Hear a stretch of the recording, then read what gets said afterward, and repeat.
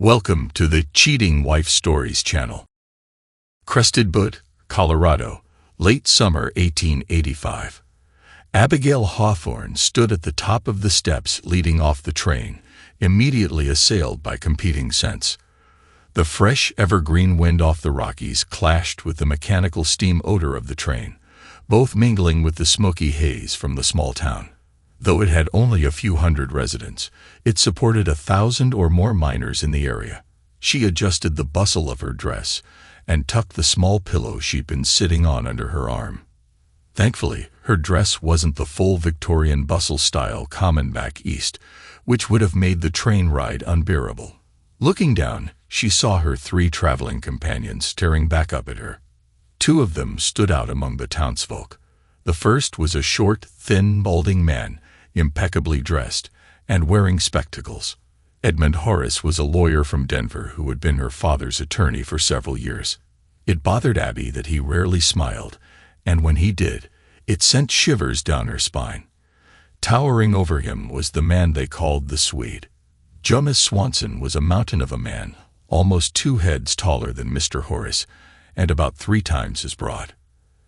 Abby wondered how he could find suspenders large enough to accommodate all those muscles. Besides his imposing physique, he was covered with bright blonde hair, from his long, unkempt mane to his full beard.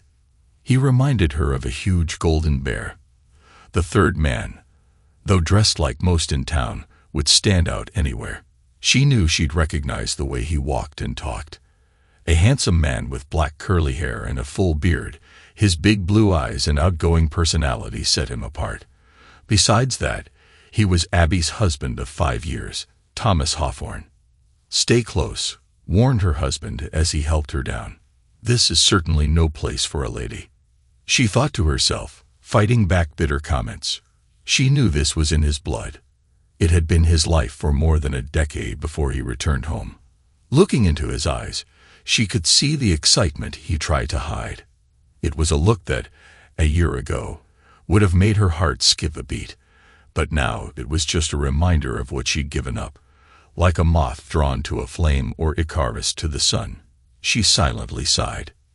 "Mrs. Hawthorne," Horace interjected, "please remain very close to us. Unfortunately, up in these parts, an attractive woman is rarer than the gold and silver these men are seeking." "Thank you, Mr. Horace. Both my husband and Jonas are packing heat, and I know Jonas has his rifle nearby as well. I feel quite protected," she replied.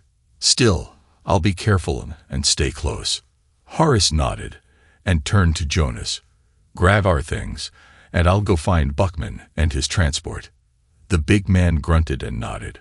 Jonas rarely spoke, but Abby believed it was because he didn't speak much English, though he seemed to understand it very well. Abby looked over at her husband, noticing his smile partially hidden by his beard. His eyes searched the town as if he were looking for something. "Do you really miss this?" she asked, her tone a mixture of curiosity and concern. His face showed surprise. "You're looking at this place like it's your long-lost lover." "Well, that's a bit dramatic," he admitted. "But yes, I missed it every now and then. Planning on leaving again," she replied, a hint of frustration in her voice. "Damn it, woman. Save your venom for someone else."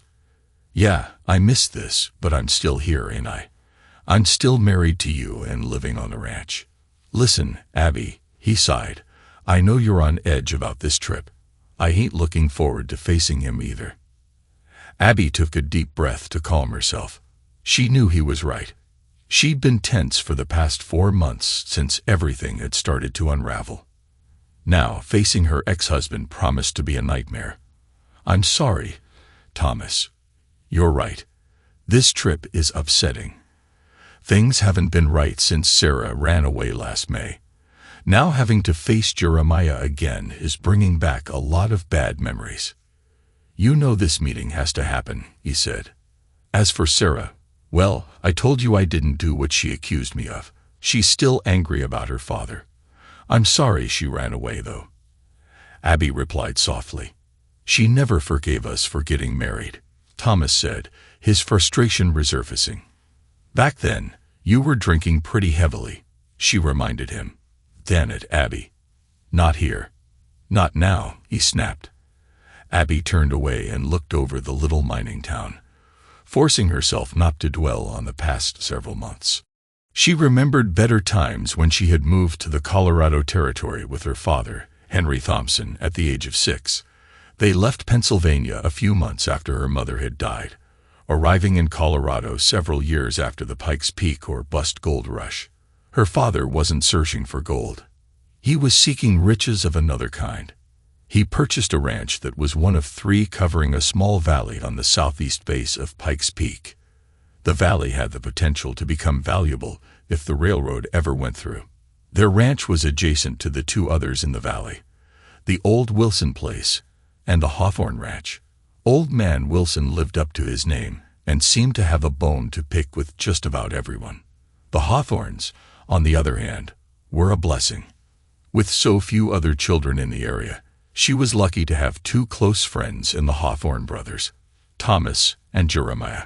She was the same age as Jeremiah, while Thomas was a couple of years older. The 3 grew up inseparable, and Abby smiled thinking back to the countless hours they spent playing together after finishing their chores. Even back then, the brothers were polar opposites. Jeremiah always had to be the lawman, while Thomas played the outlaw. She had always taken on the role of the damsel in distress or the princess. Funny how I was drawn to the one with wanderlust even then, she thought. They had only been on the ranch for a few years when the war broke out. It hadn't affected Colorado much, but it did impact the Hawthornes. Mr. Hawthorne left his wife and 2 young boys to fight when Thomas and Jeremiah were only 11. He was gone for 2 years, but when he returned, he was a changed man. Abby remembered him as loud and full of laughter before, but the man who came home was a crippled, broken version of himself. He had lost his right arm and was partially blind in his right eye. His spirit was diminished, and Abby could count on one hand the number of times she heard him laugh after his return. Her father had said he died in the war, but his body just hadn't lain down yet. His condition strained the family. Mrs. Hawthorne nursed him, but everyone knew she wasn't very interested in the ranch. Thomas and Jeremiah essentially ran it under their father's oversight. It was Abigail's dream to stay in the valley and raise a family, and that seemed to be Jeremiah's dream as well. Thomas, however, had other aspirations and wasn't interested in a life on the ranch. His outlaw personality and craving for adventure matched his vagabond spirit. She loved both Thomas and Jeremiah back then. Jeremiah had been her knight in shining armor, while Thomas had been the adventurous spirit who captured her heart.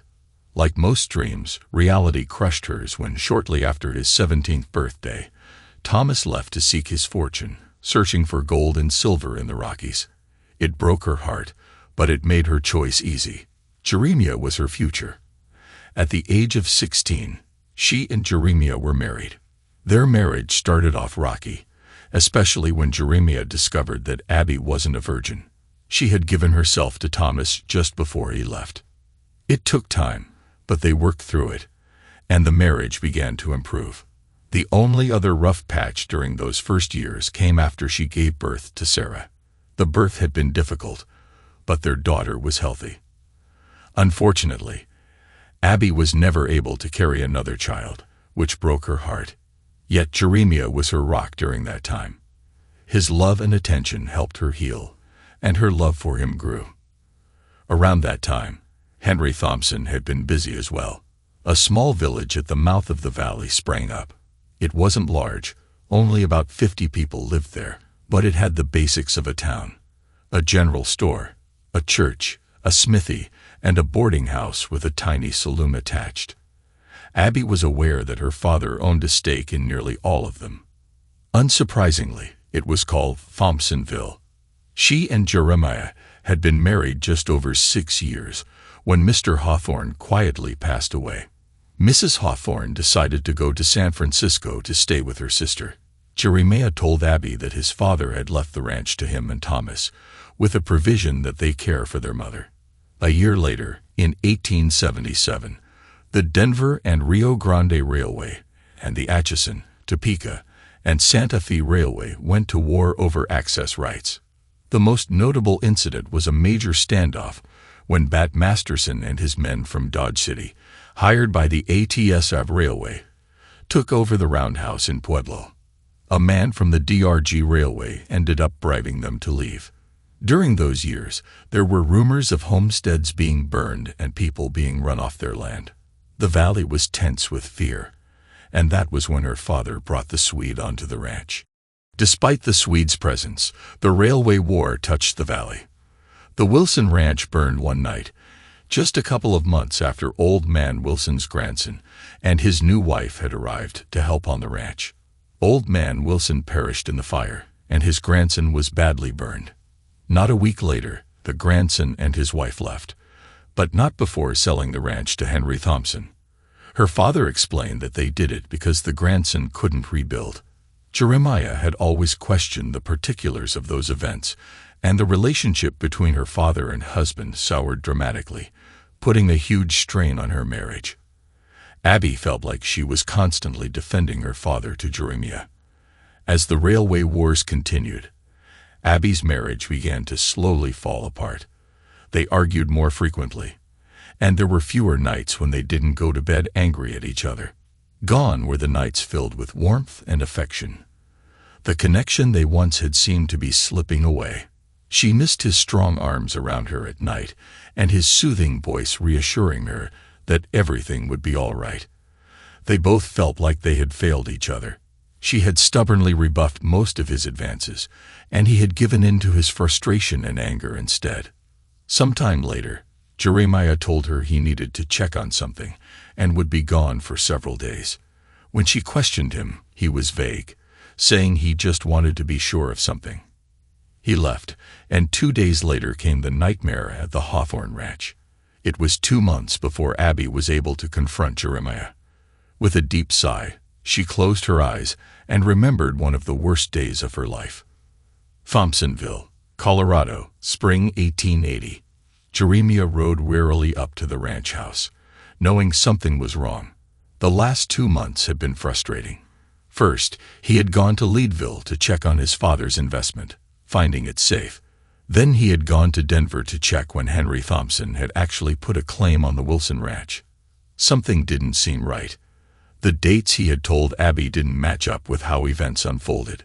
He had stopped by the law office Henry had used and asked some questions.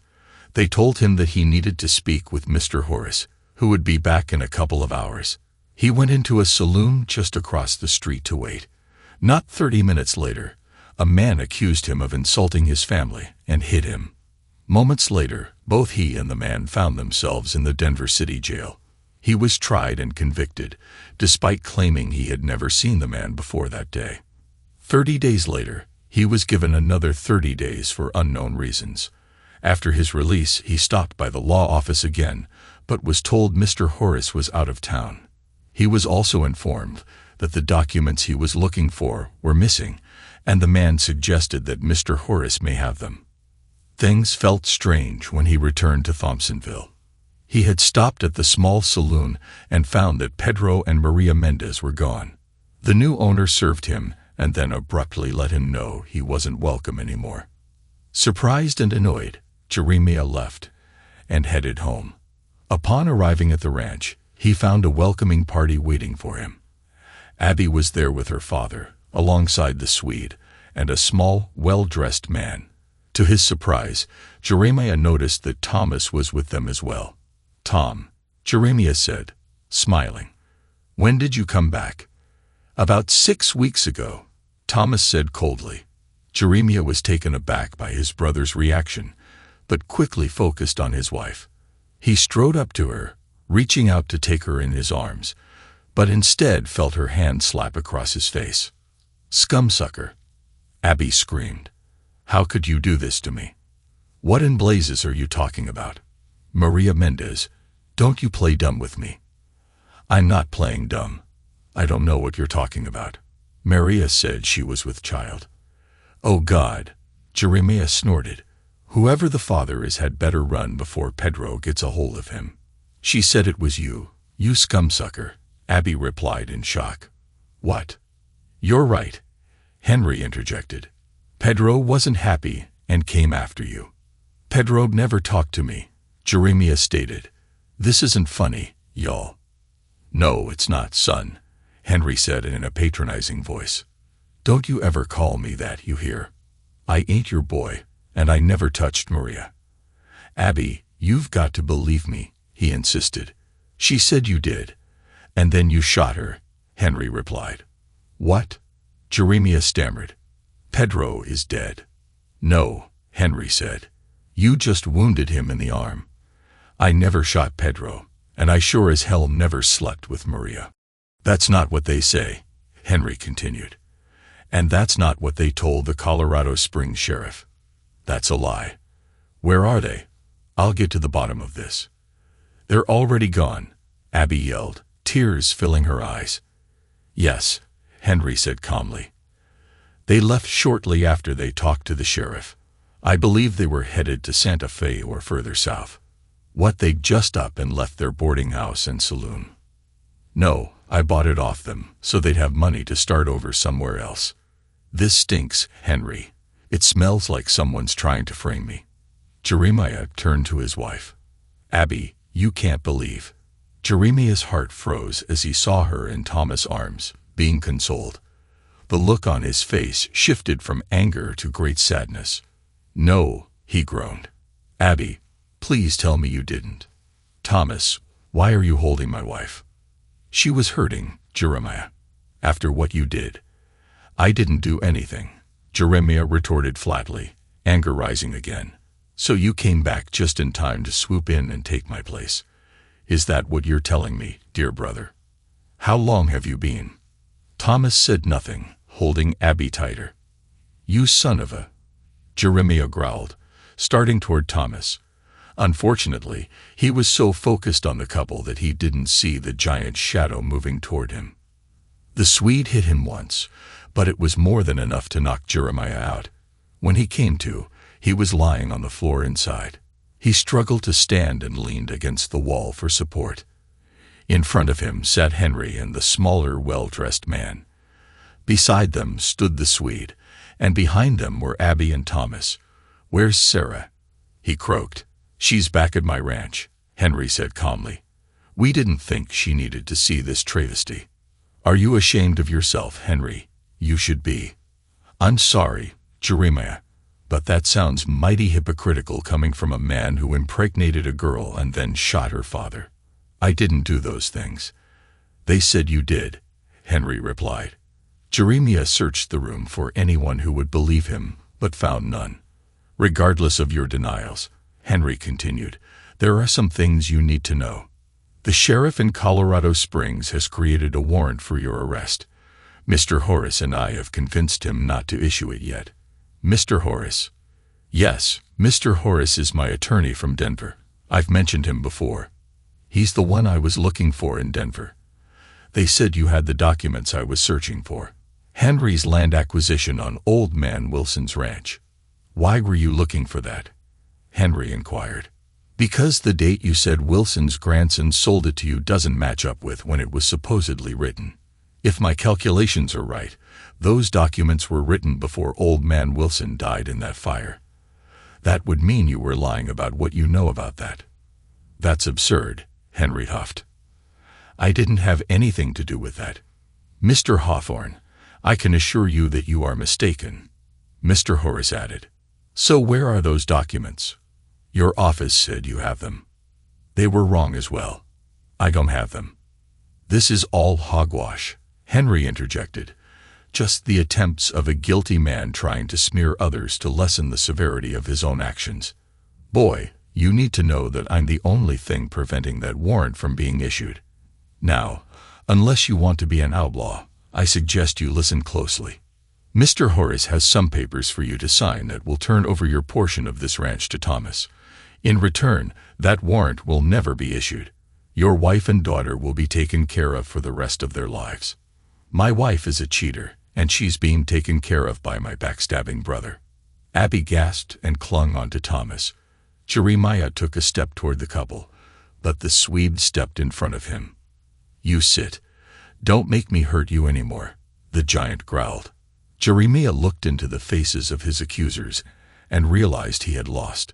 Spending time in the Colorado Springs jail would be futile. Henry would find witnesses to lie against him, and Thomas would still end up getting his share of the ranch. Thankfully, his father had foreseen possible problems surrounding the ranch. It was a small victory considering what Jeremiah had lost. There was nothing left to do but retreat. He agreed to their terms and asked to say goodbye to Sarah before he left, but they refused. She'd been told that he ran off a month ago.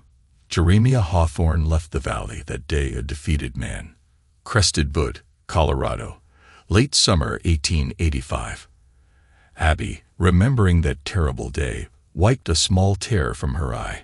Jeremiah had seemed so sincere in denying his actions, but the evidence against him showed otherwise. She had struggled with her actions during that time, questioning whether she had given up on their marriage too soon. What if Jeremiah was telling the truth? Had he not left, then she might have been the one at fault. Abby had been emotionally devastated after their meeting with Maria. Those first few days had been filled with overwhelming grief. 2 weeks later, when Thomas returned, she found herself seeking comfort in him, despite knowing she shouldn't. His presence provided solace amidst the turmoil that engulfed her life. It was 2 weeks after his arrival that he sought her out, and soon they were sharing a bed. When Jeremiah had confronted her, it became evident that she had moved on, that she was now with Thomas. 3 months after that confrontation, she and Thomas had grown closer. Meanwhile, Sarah was distraught, struggling to comprehend how her father could be accused of such things. At only 10 years old, she had been too young and naive to understand. And even now, as she matured, she questioned her own choices. Why hadn't she stood by Jeremiah? Why had she chosen her father and Thomas over her husband? These questions haunted her for years, and she still sought answers, with only Sarah's struggles offering some clarity. The following years had been relatively quiet, though her marriage to Thomas presented its challenges. He had grown increasingly emotionally distant since the death of his mother 3 years prior, brushing aside his feelings rather than confronting them. Abby had hoped he would show more sensitivity, given that he hadn't seen his mother in over 15 years. But as Thomas continued to conceal his emotions, she felt a growing distance between them. Compounding this was a nagging suspicion that Thomas might be unfaithful, particularly during his monthly trips to Colorado Springs. Despite confronting him multiple times, he always denied any wrongdoing, leaving her without proof. His restlessness began to surface more frequently, and she noticed his resentment towards their life on the ranch, compounded by an increase in his drinking. Then, 4 months ago, everything came to a head. Sarah had long held resentment towards Thomas for trying to fill her father's role. Her anger had festered over time, leading to numerous clashes between them. Thomas had threatened to discipline her, a claim Sarah vehemently denied. Caught in the middle, Abby felt torn. She didn't know whether to believe her daughter or her husband. Had Thomas crossed a line, or was Sarah reacting out of resentment toward the man she blamed for her father's absence? Then Henry intervened, chastising Sarah for stirring trouble during their negotiations with the railway. He felt that while Thomas' methods were questionable, Sarah had misinterpreted his actions. Crushed, Sarah retreated to her room, and Abby tried to console her, but Sarah rejected her comfort, feeling betrayed by her mother's loyalty to Thomas. Her father deeply regretted allowing Sarah to be alone, and 2 weeks later, Sarah ran away. They searched for her for days, even receiving reports that she had been seen in Colorado Springs. But after that, they lost track of her. Abby wept for days as Thomas tried to console her. Even now, Abby sometimes cried herself to sleep at night, thinking of her daughter. Thankfully, 2 months ago, they received news that Sarah was alive and well in Leadville. It was a surprise to find her, as the man who discovered her hadn't been looking for her at all. He had actually been searching for Jeremiah. Several months earlier, Henry had uncovered that Thomas didn't own a controlling interest in the Hawthorne Ranch. It turned out that Mr. Hawthorne had used 51% of the ranch to secure a loan to purchase a small business in Leadville. The profits from that business had supported Mrs. Hawthorne after he passed away. When she died, the business and its stake had gone to Jeremiah, who now owned the controlling interest in the ranch. Henry hired someone to track down Jeremiah, and the search accidentally uncovered Sarah, who was living and working as a handmaid for a wealthy widow named Wilcox in Leadville. A few weeks later, Jeremiah was found near Ashcroft. Now, Abby and her party were heading there to persuade Jeremiah to sell or sign over all or part of his claim to the ranch. Abby felt a sense of dread. "This is a bad idea," she said flatly. "What?" Thomas replied, surprised. "I said this is a very bad idea." "We don't have much of a choice," Mr. Horace added. "We need to do everything possible to convince your ex-husband to sign over at least a small portion of your ranch. The deal your father is working on with the railway requires full access through the valley. I realize that, Mr. Horace, but I don't know how we can do that if Jeremiah still believes we've cheated him and that he was framed. There's little we can offer him." "Not true," Horace countered. "Besides the fair amount of money I'm carrying, we have several other incentives. Surely you don't think an apology from Thomas or me will persuade him?" "No, not by itself," Horace explained. "However, that together with a good amount of money and possibly portions of the deeds to some of the businesses in Thompsonville should help ease the hostility. We can also offer to make that old warrant for his arrest go away for good. Additionally, we can provide information on Sarah's location, so he'll be able to reunite with her. I believe that will help seal the deal." "I'm not so sure, Mr. Horace," Abby thought to herself, remembering the pain and betrayal etched on Jeremiah's face that day, a look that had haunted her for years. It screamed of his innocence amid the evidence of his guilt. Despite their troubled marriage, she had loved Jeremiah. His absence had left her feeling lost and alone. When Thomas returned, she had sought refuge in his arms, grateful for his support during her lowest moments. Suddenly, Abby was jolted from her thoughts by a loud voice approaching. A rotund man with a huge smile came into view. "Yes, sir. We'll get y'all up to Ashcroft in a jiffy," he announced, stopping in front of the group. "So y'all ready? We'll be on our way shortly. The trip will be a little slow, and some parts are pretty rough, but we should get you up to Ashcroft sometime this afternoon. We'll be going through Pearl Pass. Real pretty, but a bit rough." Abby had just met Mr. Buckman. He continued talking as they walked over to his stagecoach, and his chatter continued as they loaded their things.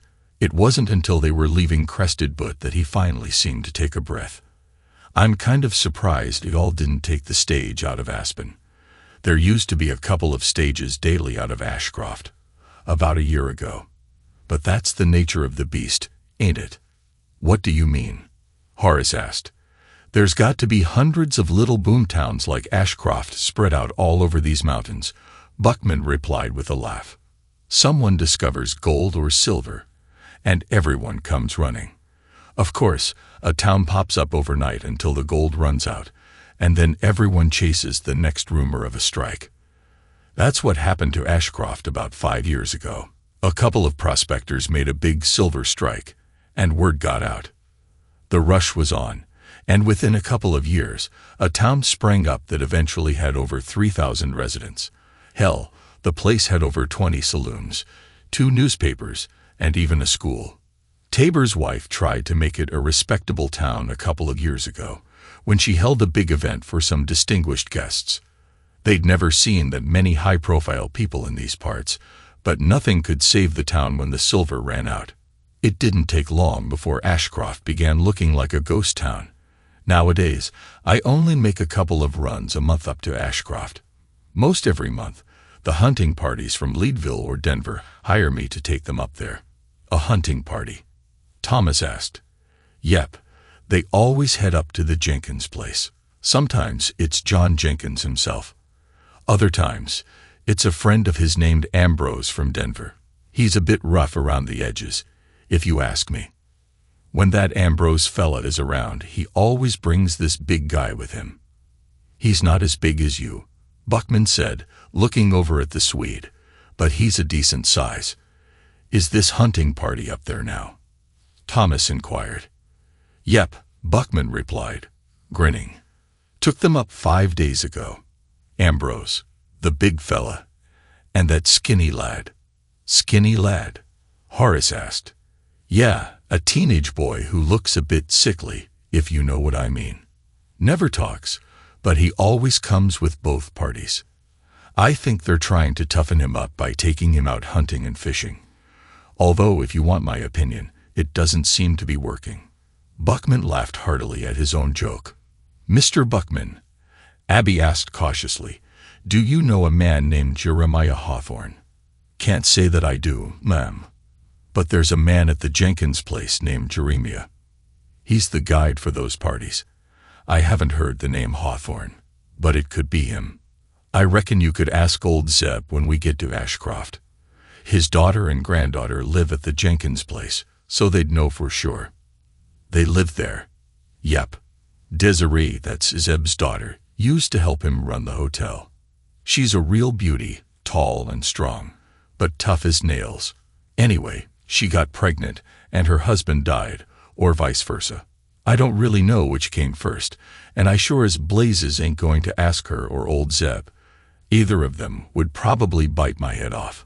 So John Jenkins built this nice house for his wife, and she up and left for Leadville. Jenkins then brought Desiree out to the place to be the housekeeper. Now, I ain't saying anything was going on between Jenkins and Desiree, but she really is something. Over the rest of the trip, Buckman gave them a tour of the scenic landscape. Abby chuckled to herself when he began spouting facts that she knew weren't exactly accurate. He was quite the entertainer. As they rode into Ashcroft, Abby could see why Buckman referred to it as a ghost town. There were makeshift frames for tents and shabby buildings, but a few stood out as well built. Two in particular drew her attention: a 2-story building called the Hotel View, and a saloon named the Blue Mirror Saloon. What was noticeably missing were the people. Only a few could be seen walking in the streets. Buckman pulled up his stage in front of the Hotel View. Getting down, he looked at the hotel, and then over at the few remaining saloons. Zeb, Buckman bellowed, got guests for you. 3 older men stepped out of one of the saloons. Figured you'd be at the Blue Mirror. Buckman laughed. One of the men began walking over to them. He was shorter, with a grizzled beard and matching hair. His big smile revealed several missing teeth. Evenin', folks, he said in a thick Cajun accent. Welcome to the Hotel View. If you get your stuff and follow me, we'll get y'all fixed up. These folks, Buckman continued, will need someone to take them up to. Mr. Buckman, Horace interrupted. Thank you for your assistance. We'll take it from here. No skin off my back, Buckman said, smiling. Just send word when you're ready to go. I'll be back up here the day after tomorrow to pick up that hunting party, but I can come back another day if you need. No, sir, Horace stated. The day after tomorrow should be fine. Abby and her party went up to their rooms and then came back down to meet on the porch. She noticed that a mule team was already hitched to a buckboard wagon, waiting for them. Horace mentioned he had already told Zeb what they needed and that he would take them the 2 miles to their destination. The Jenkins place was located south, close to Taylor's Peak. It only took a few minutes after they left Ashcroft before Horace asked Zeb a pointed question. Mr. Zeb will do just fine. Okay, Zeb. You didn't seem that surprised when I asked you to take us to the Jenkins place. Nah, the old man said, smiling back. About a month ago, a stranger came to town asking questions about Jeremiah. It wasn't too hard to figure there was something unusual going on. If it had been a year or 2 ago, nobody would have noticed. But with everyone leaving, a person asking questions about one of the few who were staying caught attention. How many are left in Ashcroft? Thomas interjected. About 100, give or take, Zeb replied. A couple of years ago, there were well over 3,500. But then the silver dried up, and they had a big strike up near Aspen. Most left before winter. Now there's only a handful left in town, a few dozen more mining around here. Mr. Buckman said you had a daughter and granddaughter living at the Jenkins place, Abby said gently. Buckman talks too much, Zeb snorted. Hope you didn't tell him anything you didn't want everyone within 20 miles to know by morning. He slowly shook his head and looked over his shoulder at Abby. Yes, ma'am. My granddaughter's name is Monique, but we call her Lilo. She and her mom have been at the Jenkins place for the past 4 years. She used to help me at the hotel until she became pregnant. Mr. Jenkins was kind enough to let her board and kept up his new house. Now she and Jeremiah take care of the place when Mr. Jenkins is gone, which is most of the time since Mrs. Jenkins never liked it here. She preferred her big house back in Leadville. Don't you fear for their safety? Abby asked. I guess some, but it's no more dangerous there than anywhere else in the territories. Probably even safer than back home since the war. Desiree can handle herself pretty well. Besides, Jeremiah is still there. He's a bit of a softy, but he's loyal as a hound. They had a couple of other hands, but they left for Aspen last fall. Of course, then there are those dogs. Dogs, Thomas replied. Yeah, a few years back, Mr. Jenkins ran across 3 abandoned pups. Turns out they were part wolf. Skittish as hell, but they made great guard dogs. Jenkins had 2 older dogs that adopted them. Now they run like a pack and are very territorial and protective. What surprised everyone was how quickly they took to my Desiree and little Mo. A couple of prospectors walked up to the house unannounced one night 2 years ago. The dogs attacked one and injured the other. Abby gasped in horror while the other 3 men listened intently. So, no ma'am, I ain't particularly worried. No more than any man worries about his family. Will we be safe? Horace questioned. Should be. It's daylight, and I've been up to the place so many times that they'll recognize me.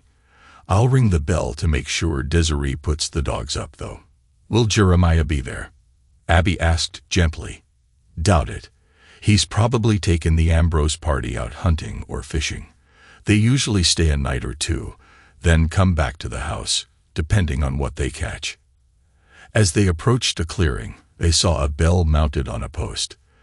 Zeb got off the wagon and went over to ring it. He had barely gotten back up on the wagon when they heard dogs barking and a woman's voice shouting commands. Moments later, another bell was rung twice. Zeb guided the wagon across the clearing, and as they crested the hill, they saw a large 2-story house with a small bunkhouse and barn behind it. That'll be the Jenkins place, Zeb announced. Zeb tied off the team of mules. Before he could say anything to his passengers, a high-pitched squeal broke the air. Pappy, a dark-haired little girl yelled as she ran toward them. Zeb laughed as he picked her up, and she squealed again. This here is Lilo, he said, smiling. She ain't very tall, but we keep hoping. Speaking of your mama, Zeb said, smiling. Where is she? Right here, replied a smiling young woman standing on the porch, waiting on your old hide to bring that bag of curls back to the house. She was tall, almost 6 feet, and quite beautiful, though oddly dressed. Her long black curls were tied up in a simple ponytail, and she wore a simple dress with a pair of breeches underneath, the front of the dress tucked in.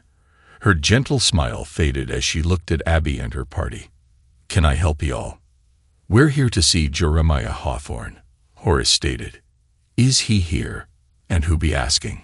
She said, My name is Edmund Horace, and we have a business proposition for him, and it takes 4 of you to ask. She replied, carefully eyeing the group. No, ma'am, Horace continued. This is Mr. Hawthorne's brother and ex-wife. They're here to talk to Jeremiah and heal some old wounds. Mr. Swanson is here for our protection, since I'm carrying a good bit of money with me. Desiree nodded. Fair enough.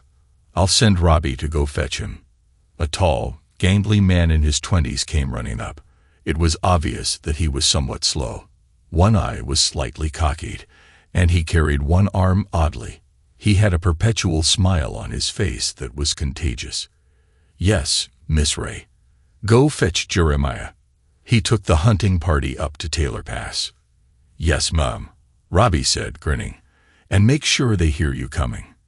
Don't want them to shoot you by mistake." He left quickly, and the others could hear him laughing as he ran. I expected them back tomorrow, but if Robbie finds them quickly, they should be back in a couple of hours. Y'all are welcome to wait inside, but those guns need to be left at the door. There's a chest just inside where you can put them, and they'll be safe. Don't bring any firearms into the house, or I'll turn the dogs loose on you. Everyone nodded and followed her into the house. Desiree watched closely as Thomas and the others put their sidearms into the chest. As Abby entered the house, she was immediately taken aback. The house was large and fancy, but the furnishings were ordinary and practical. It looked more like a hunting lodge than a home. "I've got some salt pork and biscuits I can warm up if y'all are hungry," Desiree stated flatly, clearly hoping no one would take her up on her offer. "And gravy?" Zev asked, ignoring her tone. "Gravy," Lilo squealed. Desiree shot her father a disapproving look. "All right, Pappy, you take them to the sitting room. I'll go get it started. That jug's still hiding behind a rocker." Zeb grinned. Desiree huffed and turned to go back to the kitchen. "May I help?" Abby asked softly. "I don't need any help," Desiree replied. "I'd want to help," Lilo yelled out, struggling to get out of her grandfather's arms. Desiree sighed, looking at her daughter. "All right, I guess I do need the help." While the men settled in the sitting room with a large jug of moonshine, Abby followed Desiree and her daughter back to the kitchen. As Lilo played with a small spoon and pot, Abby broached the awkward silence. "She's beautiful," Abby said, staring at the little girl. "She's a handful," Desiree responded, not looking up from her work. "Is Jeremiah her father?" Abby asked softly. Desiree stopped what she was doing and stared at Abby. "No, Mo's daddy died before she was born. He worked in one of Mr. Jenkins' mines. The fever took him 2 weeks before I knew I was pregnant. I was helping Pappy at the hotel back then. Then Mr. Jenkins built this fine house and hired me to work here. I think he did it out of charity, but I was still grateful. That's when I really got to know Jeremiah. I'd seen him around Ashcroft several times before. He followed Mr. Jenkins out here from Leadville and worked a while in the mines.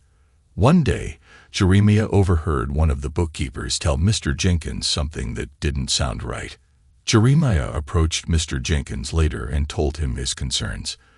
It turned out the bookkeeper was skimming some of the profits. Yes, Jeremiah was always good with numbers and book learning. Abby agreed. Well, Mr. Jenkins was impressed and moved him out of the mines and put him out here. I think so he'd look after me, but also so he could begin overseeing the books from each mine. The things Jeremiah didn't understand, he'd ask one of the other mine bookkeepers. He's done really well these past few years. Desiree looked at Abby and paused, as if trying to determine whether she should continue. Abby stared back, about to ask a personal question. "Are you?" Abby began, hesitating. "I mean, are me and Jeremiah a pair?" Desiree replied with a smirk. "Not for a while now. Up until a couple of years back, we were. Jeremiah helped me when I got so big with Mo that I could barely do the chores around here. He talked to me at night when I was lonely and looked after me after Mo was born. He cared for both of us. He was so wounded when I first met him. Not on the outside, but inside. We helped each other, I think, but we weren't lovers until a couple of months after Mo was born. There was something between us right from the beginning. We weren't making moon eyes at each other, but there was a kind of love. He's a good man, but we weren't planning to spend our lives together. Still, I spent many nights in his bed, and I doubt he had any complaints. Then Mrs. Tabor's big party happened, and things changed a couple of months after that. What happened then?" Abby asked softly. "Why did things change?" "Jeremiah met someone." "Well, Des," she stammered. "Who?" Abby immediately knew she'd gone too far. Desiree's eyes flashed, and her body tensed. The look on her face turned cold and dangerous. "What's it to you?" she snapped. You threw him out like he was nothing." "I didn't," Abby started. "Don't lie to me," Desiree growled. "I know who you are. When I first met him, he was like a man going through each day praying it would be his last. It wasn't until Mo was born that I began to see life in his eyes again. So don't pretend you care about him. I know what you and those scums sitting in there did to him. And it almost killed him. What I did." Abby retorted loudly, her own anger building. "What about what he did to me? And what did he do to you?" "He cheated on me and got the girl pregnant." "Says who?" "Says the girl he was cheating with. And if she wasn't telling the truth, why would she lie?" "I don't know. Why would she lie? What possible reason would she have to do that?" "She wouldn't," Abigail yelled. "Jeremiah was wrong," Desiree sneered. "You're not blind. You're dumb as a stump." "Hey," Zeb yelled from the sitting room. "Y'all need any help in there?" "Come into my kitchen, old man," Desiree yelled back, "and you'll get a skillet upside your head." Desiree looked over at her daughter, whose eyes were as big as saucers.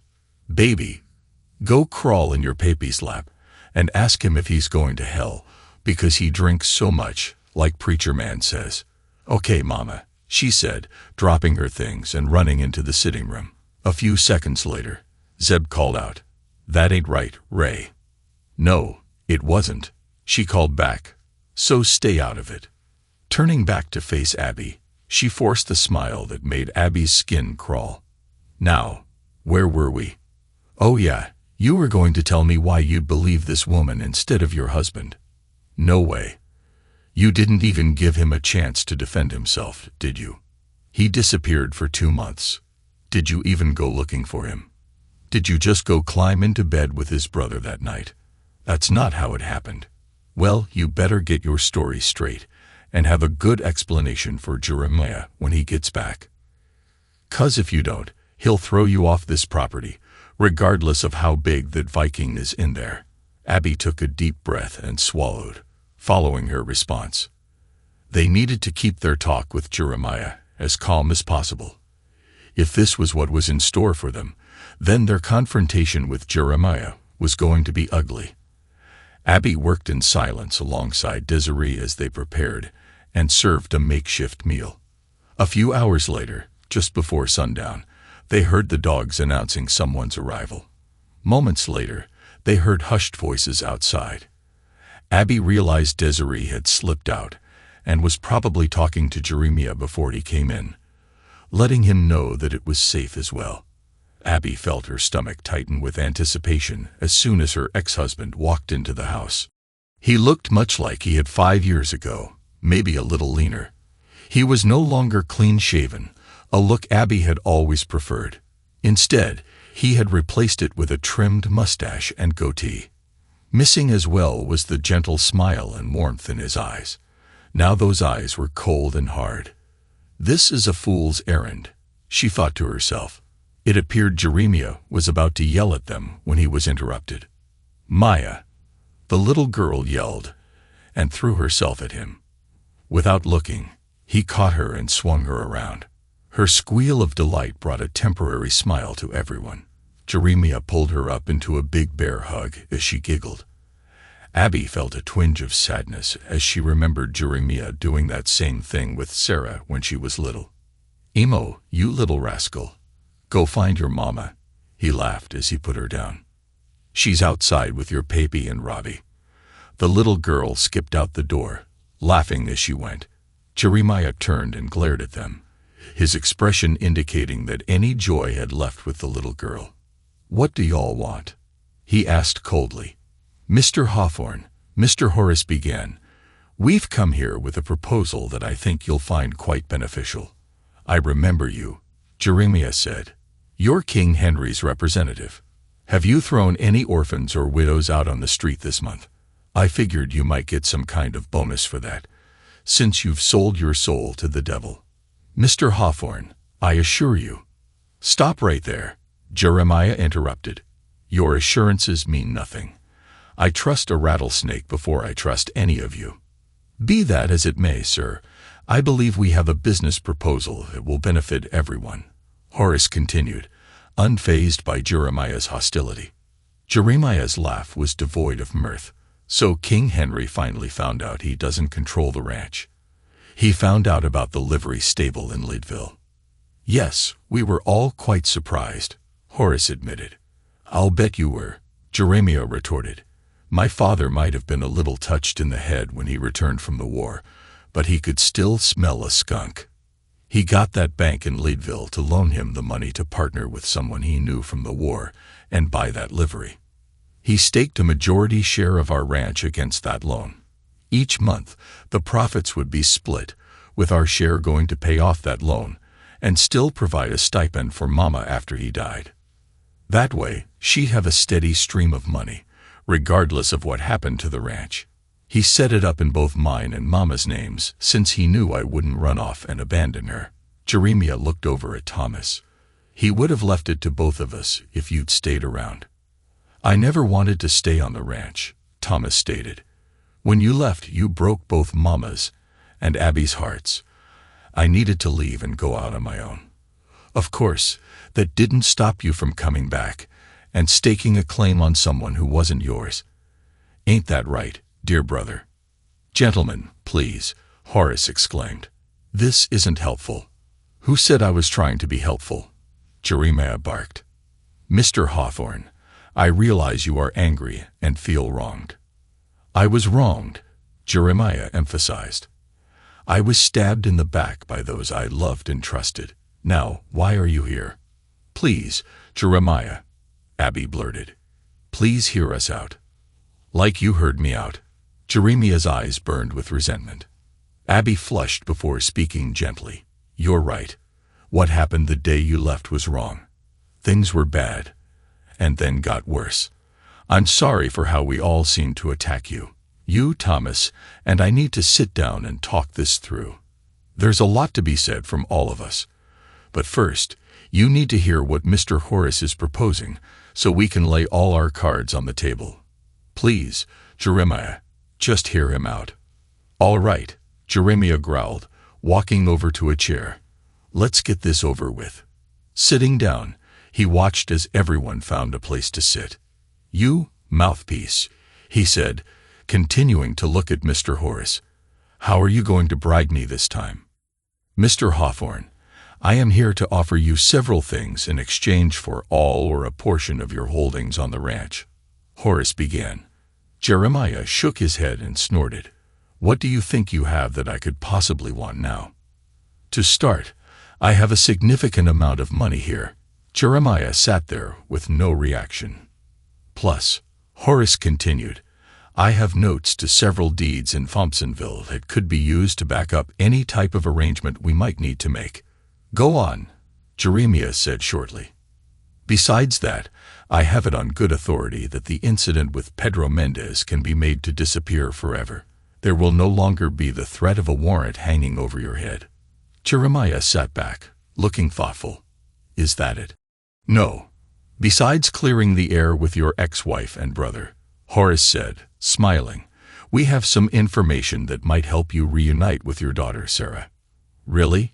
Jeremiah said wearily. So why isn't she here? Unfortunately, she ran away. Ran away? Why did she run? She ran away, Thomas interjected, because she's always resented me for marrying Abby. Shows she was smart, Jeremiah retorted, glaring at his brother. Calm yourself, sir, Horace said evenly. So where is she? We know where she is, and that she is safe. We are very willing to share that information with you as soon as we conclude our business here. Mr. Hawthorne, Horace continued in a slightly condescending voice, it's obvious that you're not interested in returning to the valley. Why not sever any remaining ties to a place that holds no joy for you? Certainly, we can come to some type of agreement that both sides will find profitable. You're right about one thing, Jeremiah said, glaring at Thomas and Abby. I have no desire to ever go back to that valley. With Sarah no longer there, there's nobody there that I care about. Jeremiah, Abby said softly, I'm sorry for how we confronted you that day. Things were so twisted back then. I know I didn't do right by you in the way I handled things. Didn't do me right. That's a laugh, Jeremiah sneered. I'm thrown into the Denver City Jail for a fight I didn't start. People I've never met lie about me, and I spend 2 months locked up. When I finally get home, I find I've been tried and convicted without a chance to defend myself. To make matters worse, my wife was now with my brother. I always knew she had a fondness for Thomas, but I thought we were united in marriage. I never imagined she would betray me like this. Jeremiah's voice cracked slightly, his pain evident. Still don't believe me, he continued, shaking his head. I can't believe it's possible that I was railroaded and that King Henry was behind it. No, Abby whispered, trying to maintain some faith in her father. He wouldn't do that. I've heard that Pedro and Maria's testimonies are on record in Denver, Jeremiah said. They swore to a very different story than what they told you. Mr. Hawthorne, Horace started. Shut up, mouthpiece, Jeremiah interrupted. It's my turn. They told the Denver sheriff they were forced to lie to you. They claimed the Swede threatened them, and then he shot Pedro to frame me. Liar. The Swede barked, starting to rise from his seat. He froze when he heard the sound of a gun being cocked. Everyone turned to see an imposing woman in the doorway, aiming a shotgun at the Swede's chest. Sit back down, she commanded coldly, or I swear to God, I'll end you right here. The Swede slowly eased back into his chair, glaring at Jeremiah. Don't believe me, Jeremiah flatly stated. Go to Denver and see for yourselves. Abby looked between Jeremiah and the Swede, her stomach twisting as she considered the unsettling possibility that she had been missiled. Jeremiah wasn't finished. I have a couple of questions for you both, he said, directing his gaze at Abby and Thomas. Didn't you find it suspicious that my wayward brother would return so soon after I left? Abby remained silent as Thomas spoke. Henry sent me a telegram a few days after you disappeared, right after the Mendes visited. How did he know where to find you? I contacted him a few months earlier, Thomas replied innocently. Your father asked me to come home, hoping I could convince Jeremiah to pool our resources for a deal with the railway. I didn't plan to return until I heard about all the trouble Jeremiah was in. I'm sorry things turned out this way for you, Thomas added, but I didn't come back intending to take your place. By the time I got there, you had already disappeared, and Abby was alone and in pain. I stay for her. So Henry sent someone to find you before he sent that letter? Jeremiah asked calmly, and Thomas nodded. Then how come he could find you, Thomas, after 10 years of prospecting, and me after 5 years away, but couldn't find me sitting in a Denver jail for 2 months? Surely you both were looking for me, right? Surely Mr. Mouthpiece here contacted his office in Denver. It wouldn't have been too hard to ask someone in the sheriff's office about me, would it? Neither Abby nor Thomas could meet Jeremiah's gaze, their guilt evident. The truth is, Jeremiah continued, neither of you cared if I came back. I was already guilty, convicted without a trial. You both betrayed me, stabbing the person you claimed to love in the back. So you can take your apologies and keep them. Jeremiah stood in front of them, daring them to meet his eyes, his face contorted in pain, nostrils flaring as if preparing to charge. After a moment of awkward silence, he turned to Mr. Horace. Here's my answer, Mouthpiece, Jeremiah said firmly. There's nothing you have that I want. I don't trust you enough to believe you really know where my daughter is, and there's not enough gold in these mountains to make me comply. Go back to your master and tell him it'll be a cold day in hell before he gets his hands on my family's ranch. As night fell, Jeremiah spoke again, his voice cold and final. I won't throw you out tonight, but I want you gone by morning. Abigail, you can stay in one of the rooms in the house. Zeb and Roddy will sleep here as well. These 3 can have the bunkhouse. Those weapons stay locked up until you leave. Understand?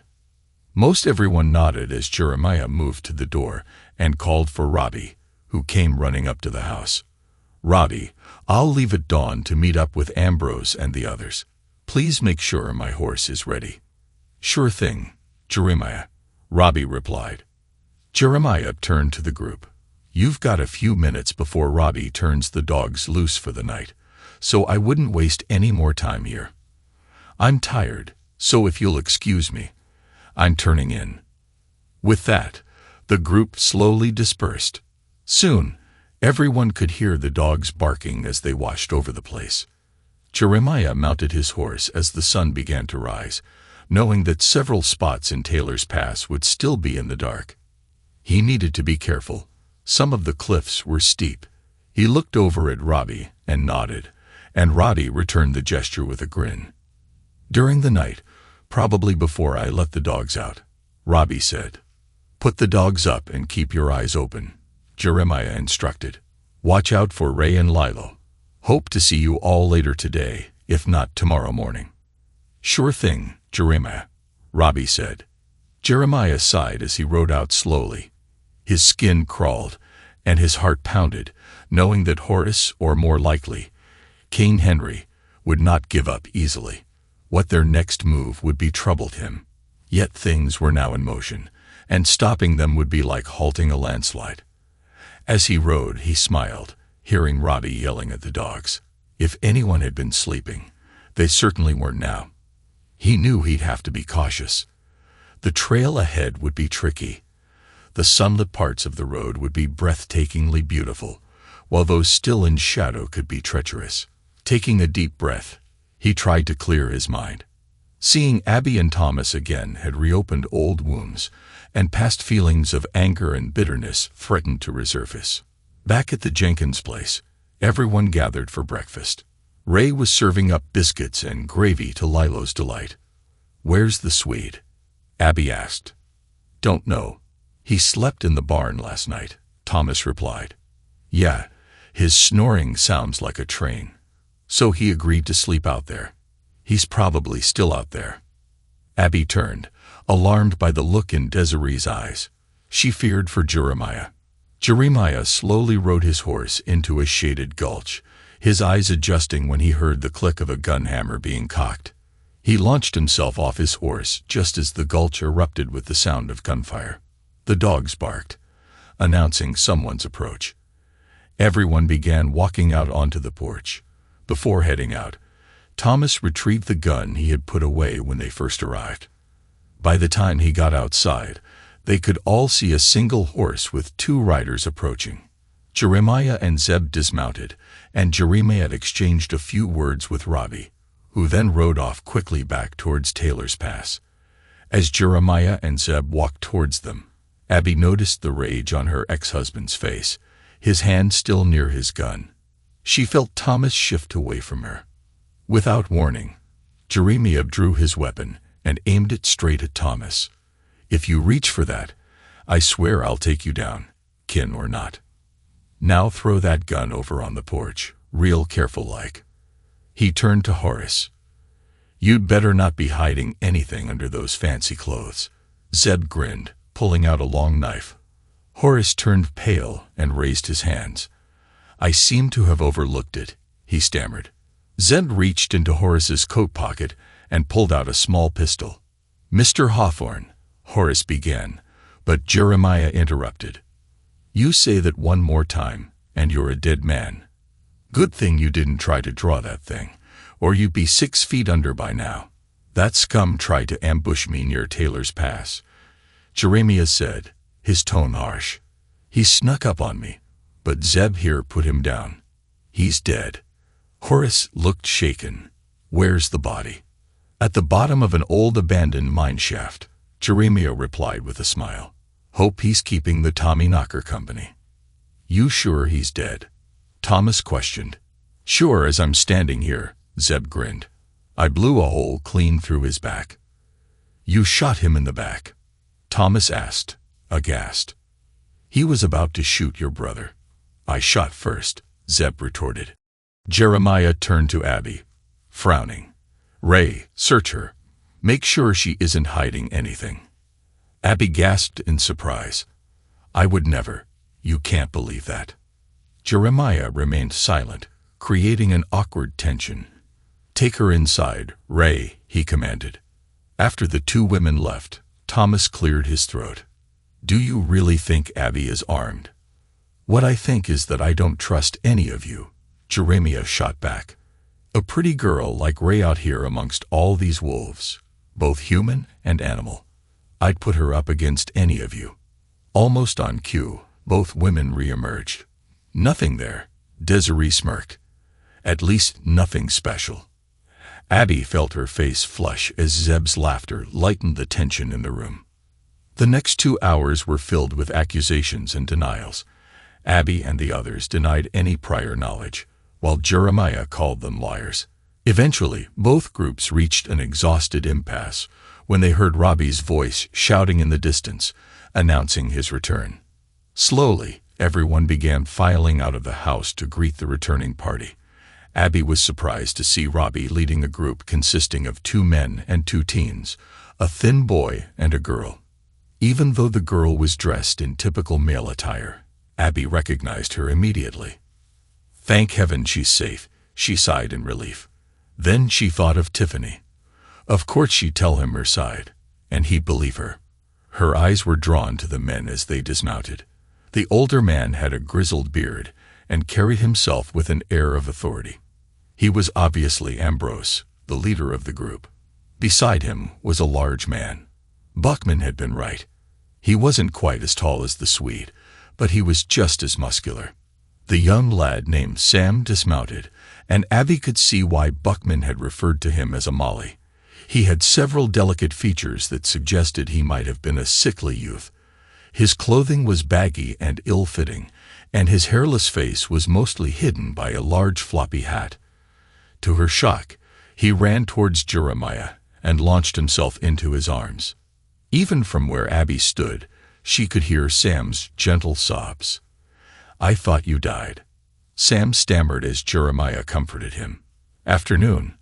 Ambrose's voice boomed, drawing everyone's attention. My name is Ambrose, and this is Mr. Jacob, he said, pointing to his companion. And of course, you already know Miss Sarah. She's told us quite a bit about you all. This is Sam, he chuckled.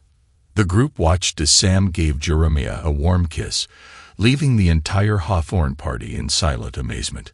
What's the matter, Mother? Sarah smirked. Nothing. I just didn't realize. Abby stammered as she turned to look at her daughter.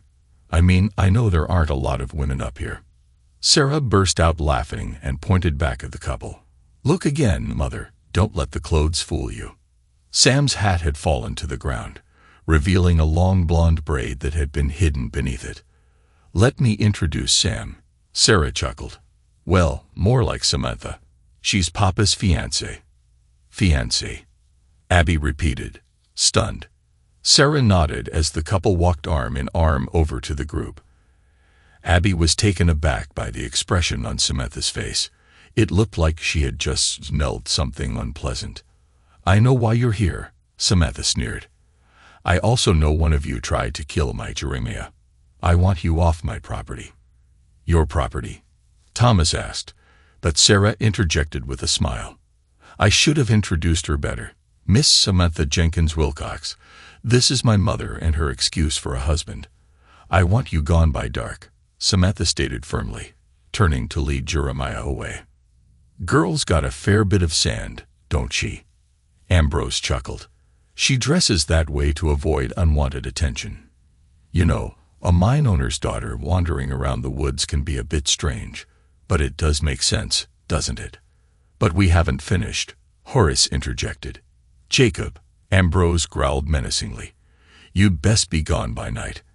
I'd heed that warning if I were you. His strong voice broke the tension. I'm sure there are many questions to discuss. However, a little time to cool down seems in order. I suggest you go back to the hotel. We'll clean up, and then we can have dinner and talk afterward. Will that be all right with you? Zeb, do you think you could convince the Widow Brown to prepare something for a large sit-down this evening? Ambrose continued. I figure she'd probably be able to do that. Zeb snorted. It's been a while since the hotel had a good-sized gathering like that. We'll make sure both of you are well compensated. With that, they all returned to the house, leaving Abby, Thomas and Horace standing outside. Zeb told them he'd get the buckboard and take them back to town. They rode in silence for the entire trip. Once they arrived at the hotel, the trio met in one of the hotel rooms. Abby was the first to speak. "Was it true?" she asked Thomas. "Were the things Jeremiah said true?" "What things?" Thomas replied. "The things Jeremiah said about the Mendes. Were they true?" "How would I know, Abigail? I wasn't even there when any of that happened. And we don't even know if what Jeremiah said was true or just gossip," Horace said calmly. "Even if there's some truth to it, it happened 5 years ago. It's in the past," he added. "It matters," Abby hissed, "because if I was lied to, then I cheated Jeremiah before he cheated on me. My revenge wasn't justified because I cheated on him and slept with his brother." "I'm sorry," Horace said calmly. "I wasn't trying to say it didn't matter, only that it was something that happened years ago. It's not something that can be changed or taken back." "I understand that, Mr. Horace, but it does change things in my mind. If it's true, then I need to question those who lie to me. I need to know if my father is involved. Jeremiah was right about one thing, though. I didn't ask my father to try and find him. I was so angry and hurt." "Abby, you can't blame yourself," Thomas started. "Of course I can. I didn't believe him when he came back. So who else can I blame?" "Thomas, you didn't try to find him either." "You're right, I didn't. I'd been gone for so long that I didn't know if Jeremiah was capable of doing those things or not. So instead, I tried to comfort and protect you." Abby turned and stared at the lawyer. "Did my father know, Mr. Horace? What did you and my father know?" "That Jeremiah was in the Denver jail." "Yes," Horace sighed. "We learned that he was there. But you never told me." "What was the point, Mrs. Hawthorne? The Mendes had already spoken to you, and the warrant for his arrest had already been delayed. Honestly, ma'am, you were already sharing your life with Thomas. What good could have come from us telling you that?" I don't know." Abby stammered as tears began to stream down her face. "Maybe it would have changed how I treated him when he did come home." "Please, Mrs. Hawthorne," knowing that wouldn't have changed the outcome of our confrontation with Jeremiah. "Those things had already been done," Horace continued. "Now we have to face the fact that there's little we can offer your ex-husband that will persuade him to sell any part of the ranch to Henry. Now we'll have to convince him to join us as a partner." "Good luck with that," Thomas grumbled. "He certainly hates us now. He thinks we sent the Swede to kill him." "Yes," Horace sighed. "I wish the Swede hadn't done that. I don't know what he was thinking." All three stood and stared at each other in silence as the Ambrose party arrived at the hotel just before sundown. Gone was the sensible protective clothing needed for hunting or fishing. In its place was finery that suggested Ambrose, Samantha, and even Jacob belonged mingling with Denver's high society. Sarah, Desiree, and Monique all wore the common dresses of the day, looking every bit the young ladies they were. Samantha walked in on the arm of Jeremiah, who still donned common attire but was clean. Samantha's transformation was startling. The effeminate, shy tomboy was replaced by an attractive young woman who showed no fear in looking anyone in the eye. She wore a stylish Victorian dress, and while Desiree and Abby were considered naturally pretty, Samantha's presence demanded everyone's attention. "Lordy, Miss Jenkins," Zev exclaimed. "Ain't you a sight? I haven't seen you all dressed up like that since Mrs. Tabor's big shindig a couple years ago." "It's been a while, kind sir," Sam smiled and curtsied. "I haven't worn this since that night. It's been packed away, but tonight's a special occasion." "Oh, that's right. You'll be headed back to Leadville, and Jeremiah will be following you there soon after." "Yes, but we'll only be in Leadville until the wedding. Then we'll be leaving for Denver." "Well, I'll be. So this is a real farewell night." Sam nodded. "Then I figure I'll add to that. I'll be taking Desiree and Lilo back to Louisiana with me after Jeremiah leaves." "Really? I thought you might head up to Aspen," Ambrose interjected. "Nah, been doing this for too long," Zeb sighed. Not the life I'd hoped to give Desiree. Certainly not the kind I want for Lilo. Now come on in and get seated. This will probably be the hotel's last time to have its lobby filled with people and food. The Widow Brown outdid herself and made fried chicken with a mess of fixins. She sure is special. Maybe she'd like Louisiana. Jeremiah grinned. Desiree burst out laughing, and Zeb grinned wide.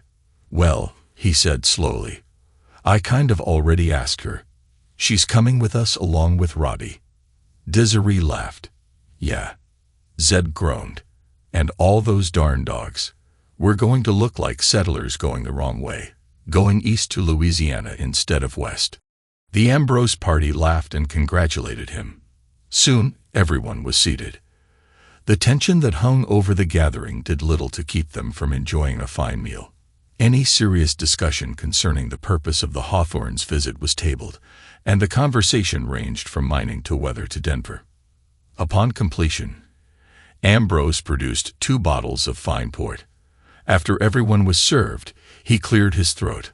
I believe we should get to the heart of this little get-together, he began.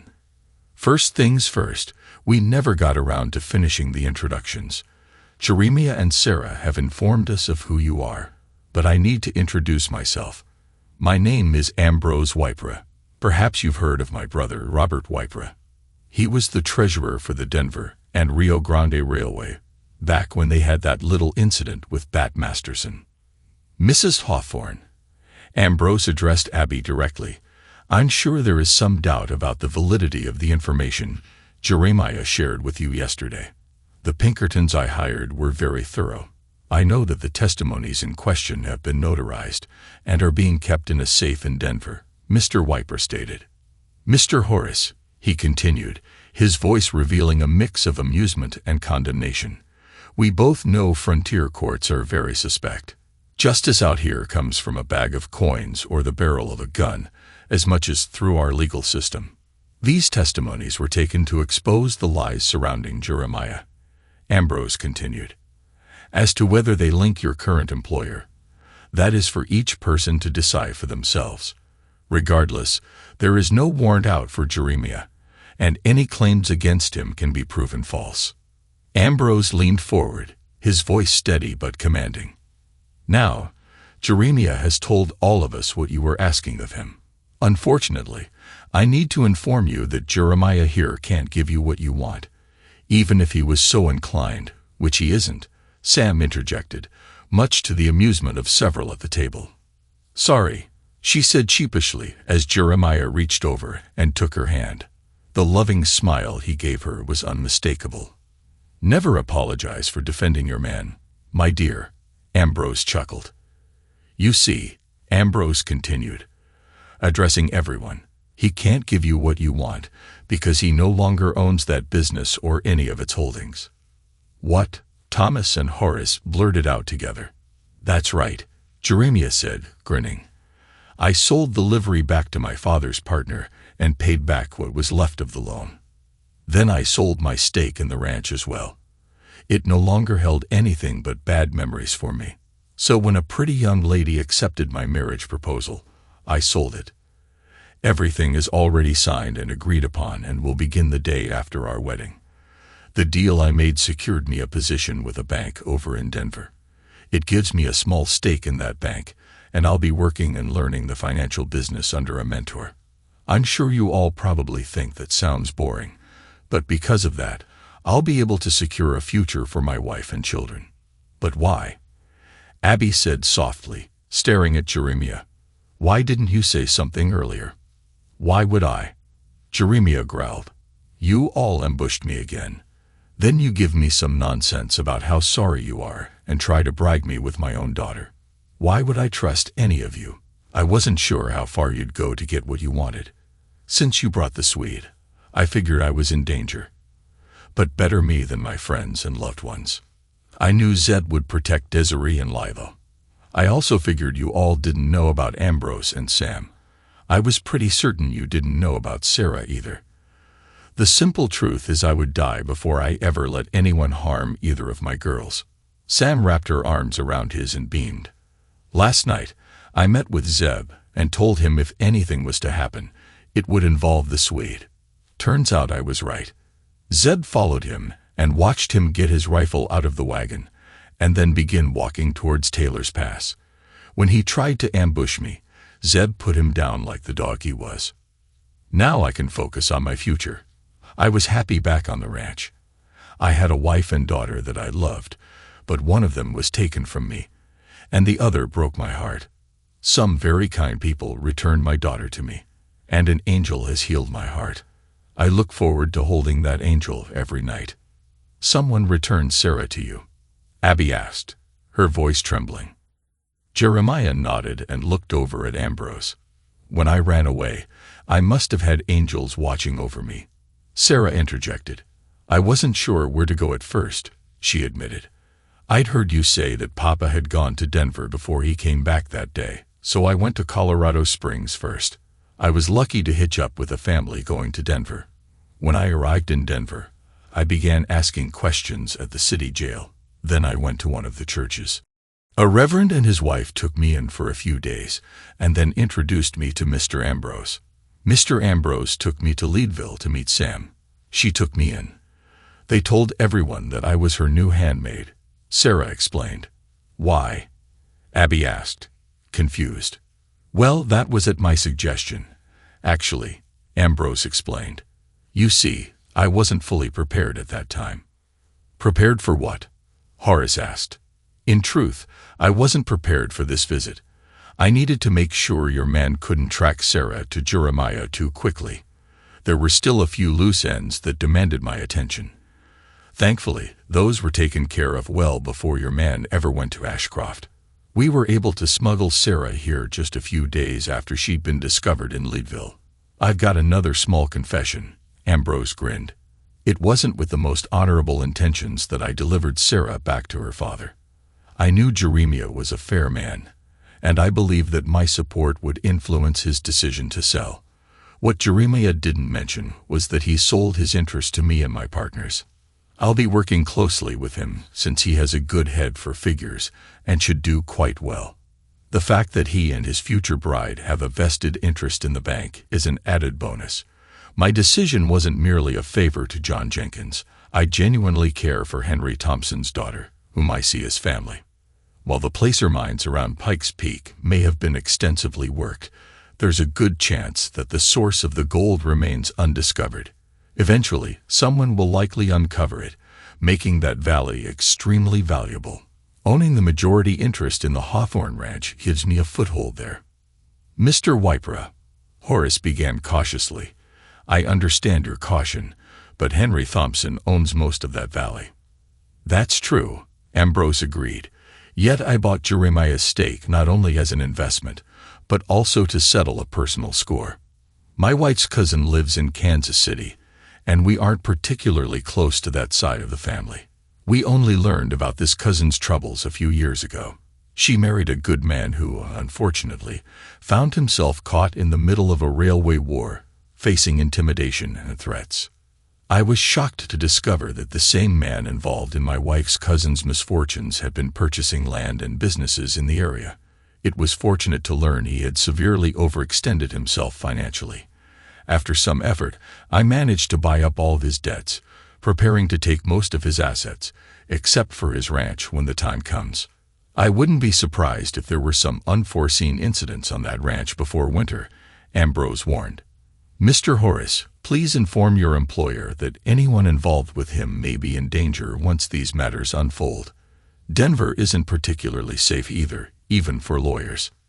As the weight of Ambrose's words hung in the air, he moved on. Now that that's settled, would anyone care to join me for a cigar? Zeb, emerging from the kitchen, replied enthusiastically, Absolutely. I'll help clean up here first, then I'm in. Desiree laughed and assured him that she and Sarah would assist. Meanwhile, Jeremiah and Sam quietly excused themselves for a stroll outside.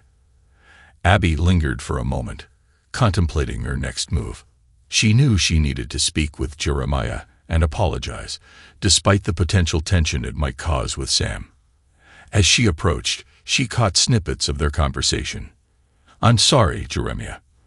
"I don't want to be a bother," she heard Sam say. "You're not a bother," Jeremiah reassured her. "It's just that I get anxious sometimes.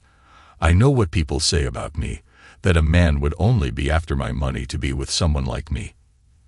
They think I'm spoiled, and that I drove my husband to his grave. But you know that's not true, don't you?" Jeremiah chuckled softly. "Yes, I know that isn't the whole truth, though maybe there's a hint of truth to the spoiled part." Sam managed a small laugh. "I'm getting better. I was just so angry when James left me to work in the mountains. We hadn't even been married 2 years when I lost him to pneumonia. I fell apart. I know many people thought I'd gone crazy, but it was just the pain. The realization that the wonderful life I had planned for us was gone. I remember going to Mrs. Tabor's big party, kicking and screaming, but I was glad Daddy insisted I be there. It wasn't until later that I learned he wanted me to meet someone he held in high regard. It was you, Jeremiah Hawthorne. When I first met you, I felt ashamed. I wanted you to like me so badly that it scared me. I hadn't felt that way since James. When you took me into your arms for the first time we danced, I almost cried. It was the first time I dared to hope for happiness again. But then I started reflecting on myself and the kind of person I had become. I swore to God right then that if you gave me a chance, I would become the kind of woman you'd be proud to marry. Samantha, I've always been proud to be with you, even when you dress like a man," Jeremiah said, making Sam laugh and playfully slap his arm. "I was honored to be near you," he continued, his voice growing somber. "Sam, I love you, even when I act like a spoiled brat sometimes, even when I let my temper get the better of me. I love you no matter what." Samantha Jenkins Wilcox, you tell me how I changed your life, but you changed mine even more. You know how broken I was when you met me. What they did to me nearly killed me. "I know, sweetheart," Sam said, her voice filled with emotion. "That's why I'm so angry with them. How could they do that to someone they claim to love?" "I'm sorry if I let my claws come out a bit," Jeremiah said softly. "Well, no one can say they don't understand how you feel," Sam replied. "I'm really sorry. I'm trying." "Hush, beautiful. It's okay," Jeremiah said gently. "It feels good to have someone love you enough to fight for you." Jeremiah's words struck deep into Abby's heart. She tried but couldn't completely suppress her emotions. "Who's there?" Sam asked, her voice shaky. "I'm sorry," Abby said, stepping forward. "I just wanted to apologize to both of you. Samantha, I'm sorry our visit caused Jeremiah's life to be threatened. That was never my intention, and I'll be asking Daddy about it when I get home. I'll also be asking him about the Mendez family and old man Wilson. I just can't believe Daddy was behind this. But I promise you, Jeremiah, I will ask. I just can't believe Daddy is as bad as you think he is." "Maybe not evil," Jeremiah snorted. "Maybe he's just a damn carpetbagger feeding on the misfortunes of others. Either way, I'm sure he'll someday regret his actions. Whether you believe it or not, it could cost you dearly when his chickens come home to roost." "Do you really think that Ambrose? Surely he wouldn't." "Yes, I believe he'll do exactly what he said he would," Jeremiah said. "Ambrose is a good man, but he has a dark side too. If the Swede was involved in what happened to old man Wilson and Ambrose's kin, then I have no doubt Ambrose will do just what he said. Abby, I don't hate you anymore, so I hope you don't get hurt, but I won't shed a tear if something bad happens to your father or Thomas. I know you don't want to believe it, but they took away all the good things in my life. Thomas took away my wife and daughter, and King Henry attempted to take away our family ranch. I hope they both meet their fate in hell. I can understand that feeling," Abby said softly, her voice breaking. "But for the way I treated you, and for betraying you with Thomas, I am truly sorry. I know it doesn't mean much now, and I doubt we'll ever see each other again. I just wanted you to know. Hopefully, you'll ask Sarah to visit me someday, though it seems unlikely as long as Thomas and your father are around. I doubt she'll ever come." Abby nodded, wiping away a tear. "Goodbye, Jeremiah." She turned and walked back into the hotel, knowing her future held several long, difficult discussions with her father.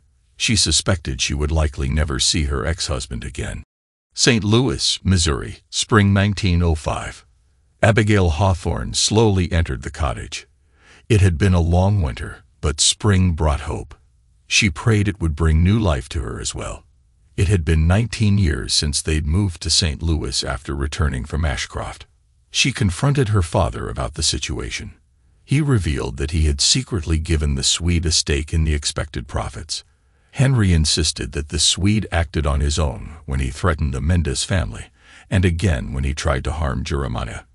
He swore he hadn't instigated any of those actions, but confessed to taking advantage of them afterward. Abby wasn't completely convinced, but soon after their talk, several events unfolded that limited her options. First, Edmund Horace returned to Denver, and a week later, left town without a trace, only mentioning that he was going back east, where things are more civilized. Then, Thomas gave up and sold the rest of the ranch to Ambrose. After that, he departed to pursue prospecting out west. Abby felt torn watching him leave again, knowing that with the ranch sold and everyone gone, her father was all she had left. She received a telegram from Thomas a couple of years later. It came from San Francisco and stated that they had found gold in the Klondike and that he was sailing for Alaska. She never heard from him again. Ambrose Wypra had kept his word. It had taken a little longer than expected, but by spring of 1886, her father had sold almost everything to cover his debts. He had managed to sell the ranch for a modest profit, despite one of the barns burning down just before Christmas. With the remaining funds, they were able to buy this little cottage and a small store. Henry Thompson left Colorado a bitter man, becoming even more despondent in 1891 when a major gold strike occurred in the Cripple Creek and Victor areas. The railroad built a spur that ran through their old valley to service those areas. Ambrose Wypra and his investors became even wealthier. The past years had been difficult.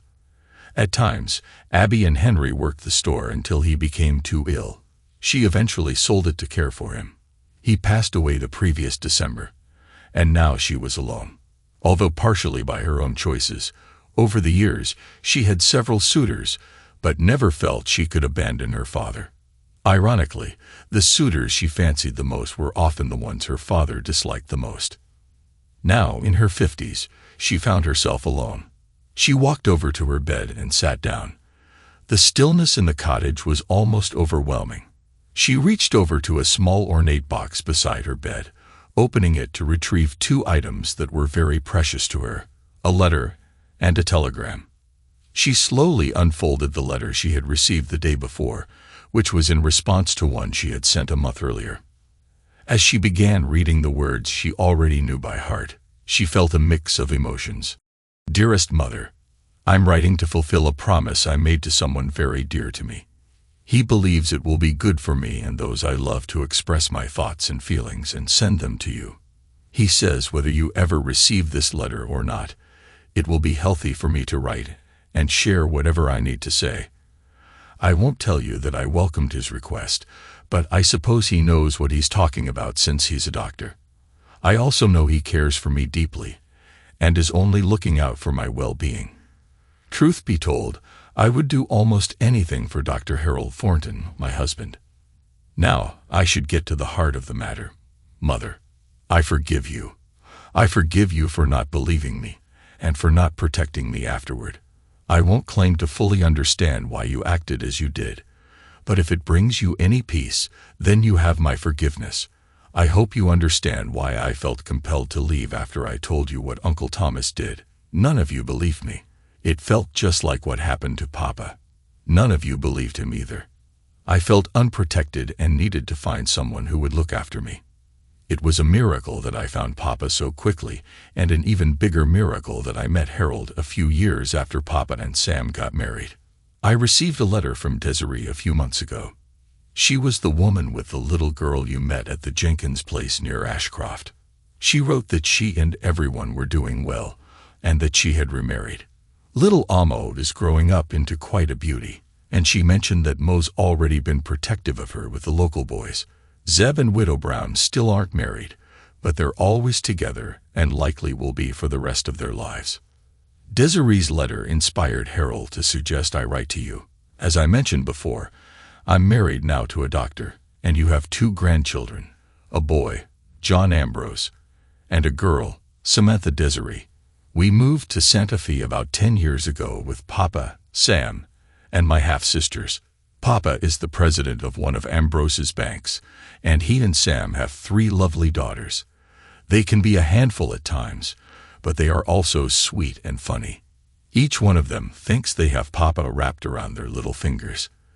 It's amusing to watch them pout when Sam shoos them away to sit in Papa's lap. I asked him once if he ever got tired of all the commotion with 4 girls in the house. He just smiled and hugged me, saying he had missed 5 years of being with me.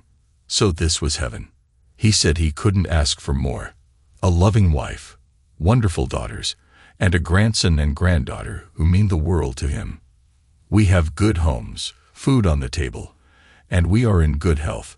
We even have a doctor in the family. Truly, we are very blessed. Before I end, I want to extend an invitation for you to visit us. I can't say Grandpa or Uncle Thomas will ever be welcome, but you are. Even Sam said she would behave if you came. She has changed so much over the years. She's much happier now, which she attributes to Papa. While I believe that's true, she absolutely dotes on her 3 girls. I need to conclude this letter now. I've honored my husband's wishes by writing this letter, and I think I'll soon be working on another of his wishes. Harold has been hinting about us having another child. If you ever decide to come, just telegraph your arrival date, and we'll pick you up at the station. Best wishes from your daughter, Sarah. Abby wiped away her tears, refolded the worn letter, and placed it back in the box. Slowly, she unfolded the telegram. She had waited until after Henry had passed, and the cottage was taken care of before responding. She had reached out to Sarah, asking if the offer to visit was still good. The previous day, Sarah had responded, looking forward to seeing her and saying that the grandkids were excited. Abby didn't know how things would eventually turn out, but she knew she had to try. Even if she only got to see her grandchildren once, it would be worth it. She bought a train ticket to Santa Fe and telegraphed back her arrival time within a day of receiving Sarah's response. It was spring, a time of new beginnings. As Abby prepared to leave, she stood on the threshold of her cottage and took one last look around. She closed her eyes for a moment, taking a deep breath, feeling a mix of anxiety and hope. She prayed that the journey ahead would bring healing, reconciliation, and perhaps a chance to reclaim some of the love she had lost.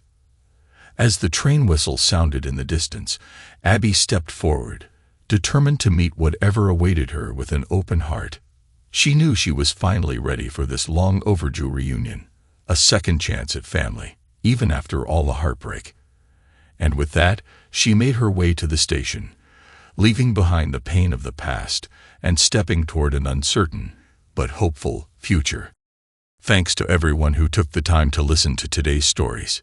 If you enjoyed it, please consider liking and subscribing if you haven't already.